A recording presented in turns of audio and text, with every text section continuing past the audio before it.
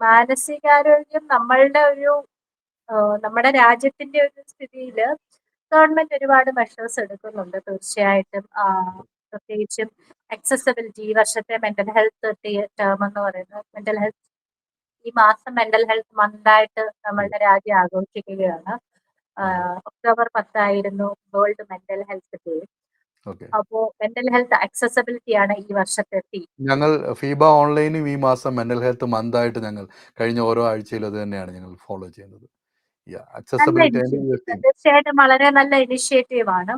അപ്പോ അത്തരത്തില് രാജ്യവും നോക്കുന്നുണ്ട്, സെലിബ്രേറ്റ് ചെയ്യുന്നുണ്ട്, ആചരിക്കാൻ ശ്രമിക്കുന്നുണ്ട്.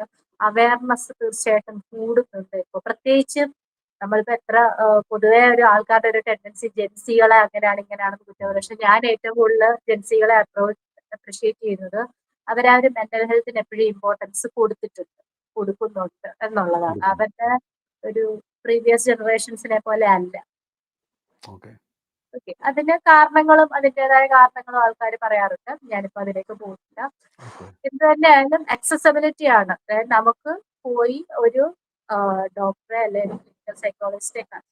accessibility ഒക്കെ നമ്മൾ പറയുമ്പോഴത്തേന് ഇപ്പോൾ ഇന്ത്യയിലെ സാഹചര്യം മെട്രോ സിറ്റീസിലോ അല്ലെങ്കിൽ അത്യാവശ്യം കൊള്ളാവുന്ന ഏരിയാസിലൊക്കെ നമുക്ക് ഇപ്പോഴും ഡോക്ടേഴ്സ് ഉണ്ട്, സൈക്യാട്രിസ്റ്റുകൾ അവൈലബിൾ ആണ്, ആൾക്കാർ കാണാൻ തയ്യാറാണ്.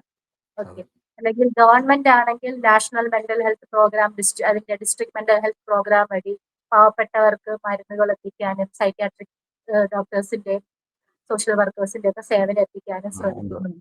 സൈക്കോളജിസ്റ്റുകളും ഉണ്ട് നാഷണൽ മെന്റൽ ഹെൽത്ത് പ്രോഗ്രാമിൽ.